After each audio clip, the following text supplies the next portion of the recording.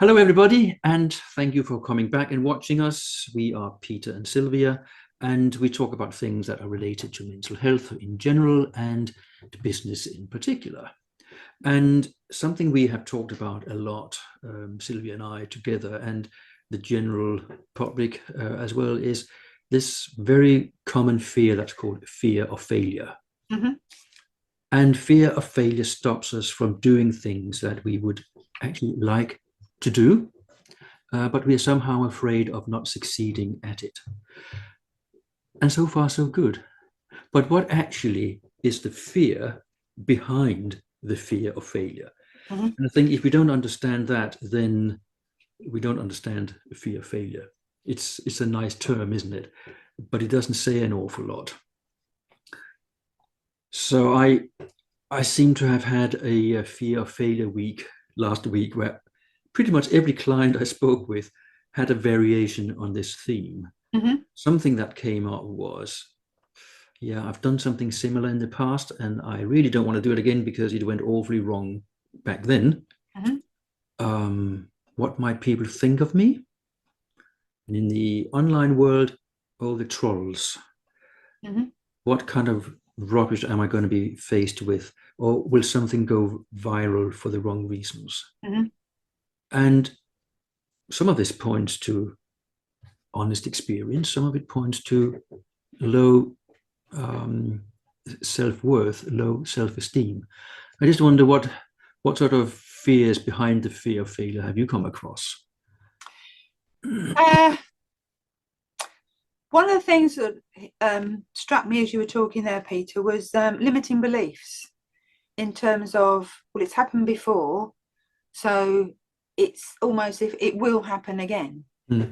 But that's not always the case, because if it's happened before, we can do something differently. We can change our behaviours. We can change the way we do something. And just because it happened before doesn't mean to say it's going to happen again. So and immediately there's a limiting belief there. A lot of my own sort of inhibitions in the past around failure, and a lot of the ones that I encounter with people that I work with, is this fear of being laughed at, Yes. humiliated, embarrassed. Oh, I'm going to feel so silly if that happens, that sort of attitude. And my response is, but none of that's going to kill you. I know that sounds sort of like harsh and quite brutal, but it's not. If someone laughs at me, or I humiliate, or I feel humiliated, or I feel embarrassed, it's not going to harm me in any way. But perhaps to your point, people don't want to feel that, so they don't do anything where they could possibly feel those things. Rather than trying something, there's that phrase, isn't it? Is it better to try and fail rather than not try at all? So quite often then people will get stuck. Oh, it happened last time, so I'm not going to do it again. And I think sometimes if we think about it in a different way, what is failure? Although, for example, as a lot of people know, I'm a horse rider. Sometimes, that fear of failure could actually be an injury or can actually be quite dangerous. So there is that element sometimes to take into consideration.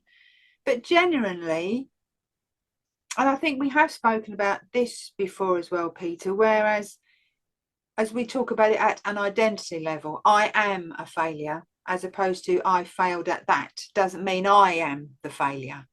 And I think if people would adjust their thinking around that, just because we may have failed a driving test or someone's laughed at us, does it mean that I am a failure? Was that phrase? There's no such thing as failure, only feedback. The feedback, yes, it happened, years ago. So what do? Do things differently to get a different outcome. So that's the sort of thinking I have around, and the things that I've encountered around the fear of failure and failure fear. Something I've also come across is clients tell me, oh, it's too big a risk to do this. So there's an element of your attitude to risk involved. But risk of what? And Exactly. I think it's the risk of not looking as glamorous and as successful to the outside world as everybody else, or that you would like to do. Mm. So you would rather not do something for fear of looking stupid or being ridiculed, as you alluded to.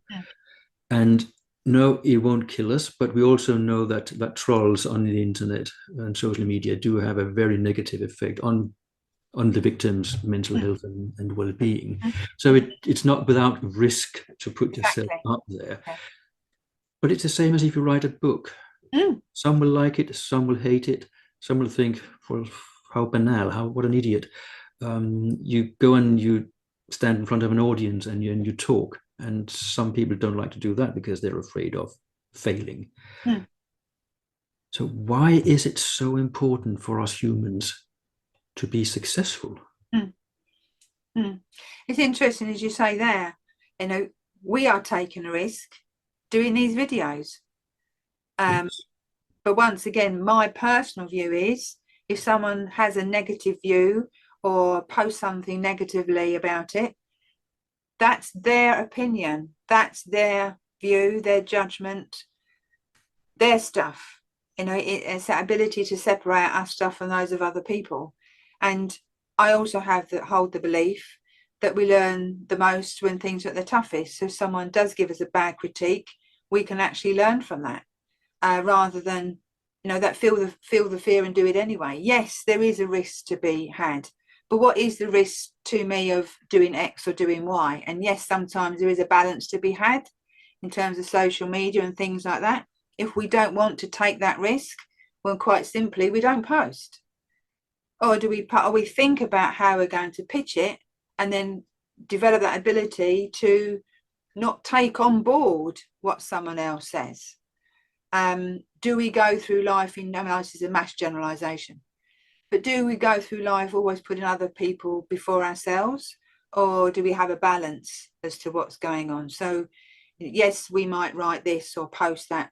There will always be a comeback, and it's how we deal with those consequences, rather than thinking, oh, I'm not going to do it anyway, and then sometimes getting stuck, and then people getting cross at how stuck they are. Well, if you gave it a go, then you can learn from that experience or do something differently. It's really about, you know, what choices someone wants to make. Do you want to stay in that position or try something else? Doesn't always then mean failure. And I think some of the stuff that people fear the most and therefore hold back is other people's perception of them. It's not the technical ability that they fear won't stack up. It's the whole emotional thing and the whole image thing. And I often do a little exercise with my clients, especially if it's online, it's easier because I switch off my camera and I say, I'm now thinking three things about you: a good, a bad, and an indifferent. And I'm not telling you in which order. And then when I switch the camera back on again, I ask my client, well, which one did I do first, second, and third?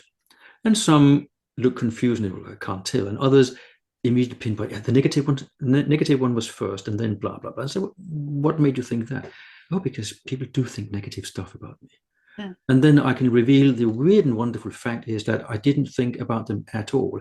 I was watching my clock, which is down there, just counting the seconds so that each thought was of equal length. Yeah. Yeah.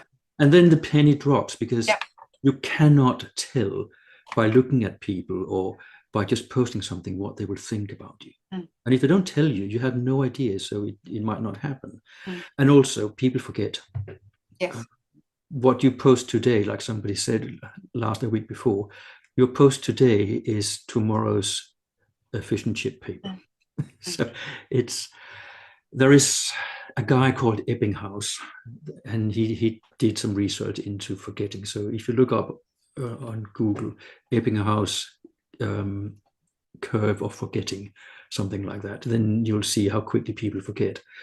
So we have to repeat and repeat and repeat, and then we will be more successful because we do it again and again. So there is practice makes permanent. I don't think it makes perfect, it makes permanent. Because if you do the wrong thing, you'll be very good at doing the wrong thing. But fear of failure, I do believe that there's a number of other fears sitting behind them. And you and I have been through some of them. We can only be successful if we try. We can only get self-confidence if we have a go and see that it works. So we can learn from both our failures but also from our successes. We shouldn't exclude learning from our successes. Exactly. Yeah. One thing you mentioned that popped up for me while you were talking is that when you're given that little exercise, what am I thinking? Reminded me of how people mind reading someone else can actually stop them doing things and can add to this fear of failure. Well, if I say this, Peter's going to think that. If I say that, Peter's going to think this. If I post that, people are going to think this. Try as we might, we are not telepathic. And yeah, really, it's true. But we don't know what someone else is thinking. And one of the things, this fear of failure, I wish sometimes, is my personal wish, is that people would stop as much mind reading as they would and do, because then perhaps this fear of failure may start to diminish. Because a lot of that mind reading, if I stand up and do a presentation, people are going to laugh at me. If I go and do that, people are going to, say this, this, and this. They might just not. Exactly. They might be out in that audience thinking, wow, that's amazing. So again, let's just try and stop this mind reading of other people. And also, there is an awkward twist to fear of failure, and that's fear of success. Indeed. Because if I'm really good at this, people will expect more of me of the same. And can I keep up the good work? That sort of thing. So we have been rounded, we have been through it, but we, as always, can only scratch the surface in so much more 10 or 12 minutes that we are having a chat.